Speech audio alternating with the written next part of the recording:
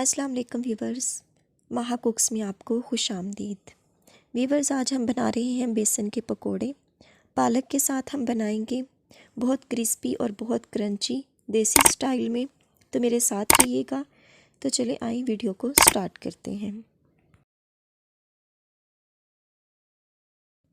तो वीवर्स, पकोड़े बनाने के लिए हमें सबसे पहले जिन चीज़ों की ज़रूरत है वो है सब्ज़ियाँ। ये है मेरे पास प्याज, ये 1 अदद है, इसको बारीक मैंने चॉप कर लिया। पोटैटो है यानी आलू, इसको भी मैंने बहुत बारीक बारीक इसकी कटिंग कर ली है। यह आप देख रहे होंगे, इस तरह आपने कटिंग करनी है।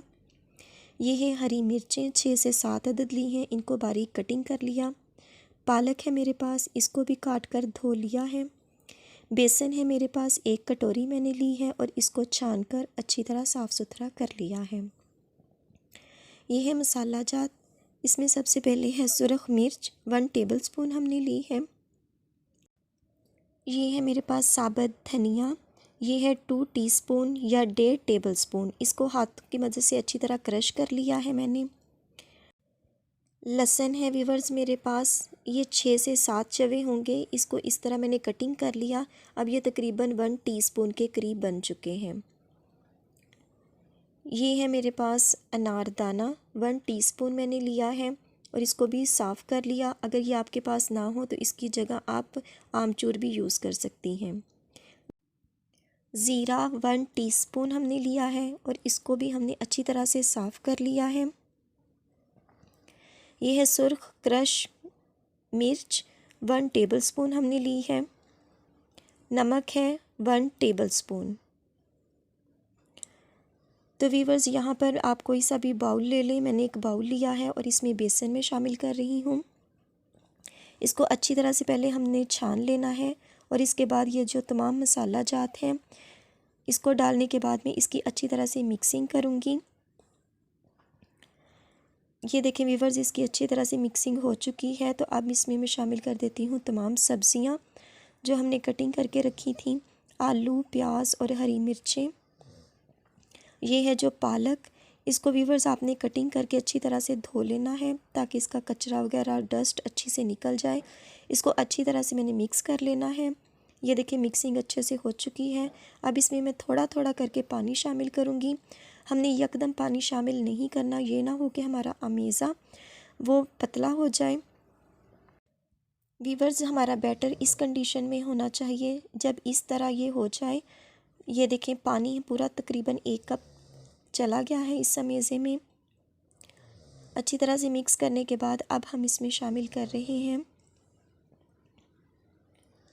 Baking soda. आपने 2 चुटकी के करीब ही इसमें शामिल करना है। इससे जो हमारे पकोड़े हैं वो बहुत क्रिस्पी बनेंगे और बहुत फूलेंगे। इसकी अच्छी तरह से मिक्सिंग हो चुकी है, यानी कि हमारा बैटर पकोड़ों के लिए रेडी है। तो वीवर्स, यहाँ पर घी हमारा गर्म हो चुका है। अब हम इसमें ये पकोड़े शामिल कर रहे हैं। आप हाथ की मदद से भी शामिल कर सकते हैं, जितनी आपकी ज़रूरत हो। छोटे बड़े साइज़ के आप अपनी ज़रूरत के मुताबिक कर सकते हैं। मौसम बहुत खुशगवार हो रहा है, हल्की हल्की बारिश हो रही है। तो इस मौसम में पकोड़े चटनी के साथ, केचप के साथ, दही के साथ बहुत अच्छे लगते हैं।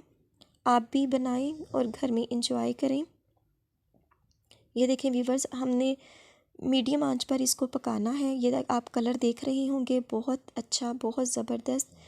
तो ये देखें वीवर्स, हमारे जो पकोड़े हैं ये बनके रेडी हो चुके हैं। इसी तरह मैं और डाल रही हूँ। फ्लेम हमारा मीडियम ही है ताकि जो हमारे पकोड़े हैं वो उनका कलर डार्क ना हो जाए और वो अंदर से कच्चे ना रह जाएं। मीडियम फ्लेम पर इसको बनाइएगा।